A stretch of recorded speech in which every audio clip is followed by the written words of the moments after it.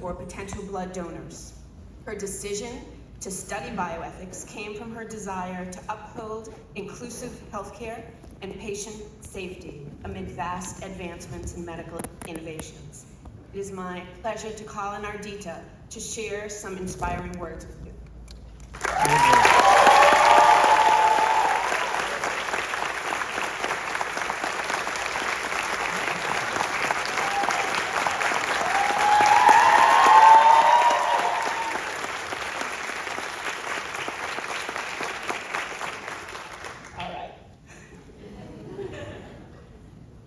Greetings to the MBE leadership, Dr. Brindel, Dr. Berry, Dr. Brzezinski, and Dr. Boyd, along with the MBE faculty and staff.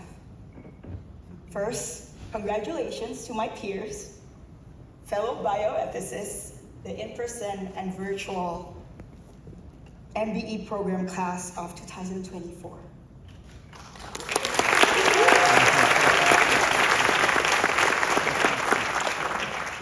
Second, I would like to thank our professors, administrators, family, friends, and loved ones who are here today and viewing through Zoom. We would only be here right now with your support. Coming from Semarang, Indonesia, and being a long way from home, adjusting to live here wasn't easy. I struggled studying bioethics. During new student orientation, it was the first time I heard the term Kantianism and utilitarianism in my life. Although I did not understand at all, I still nodded along and followed the crowd because I saw the people around me nodded too. But secretly during the break, I opened my phone to look up the words I still did not understand. I remember going home that day asking myself, what have I gotten myself into?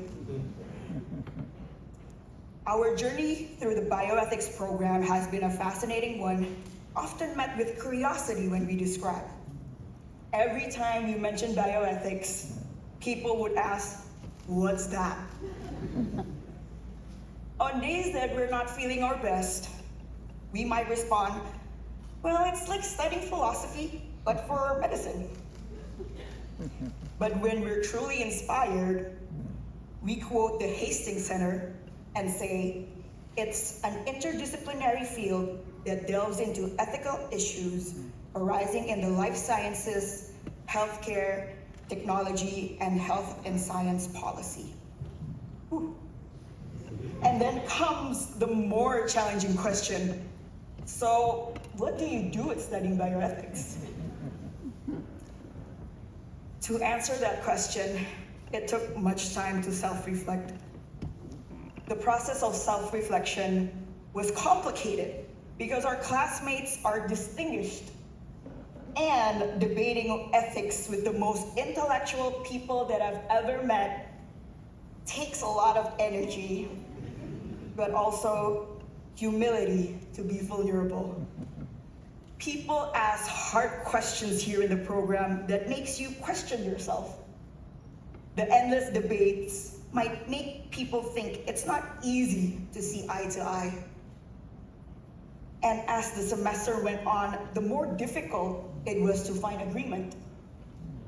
But one day, my dearest friend, my classmate, and someone who I often fought with, Dr. Lawrence Wise, asked me, what is the point of a human relationship if we do not care for each other?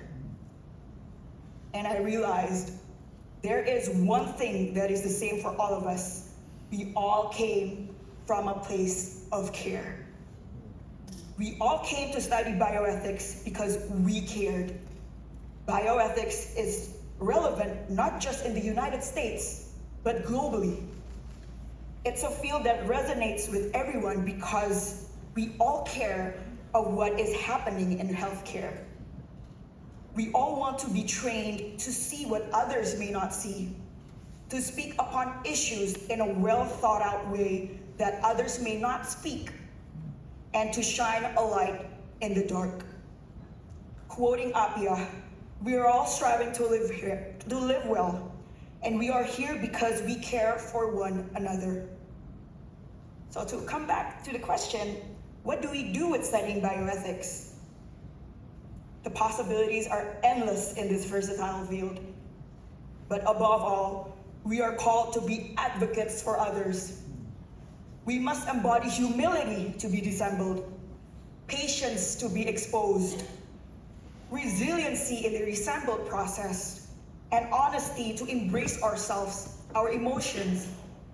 We have the courage to face our fears, the endurance to stand up and speak, and the adaptability to navigate change. Disagreements are inevitable, but as long as we keep raising discourse and communication, we are reminded of humanity. We are human, and we care for one another. And we will not rest until justice is served. As we graduate from Harvard Medical School's Master of Science in Bioethics program, our lives will go on. Still, we will never forget the camaraderie that we have with each other.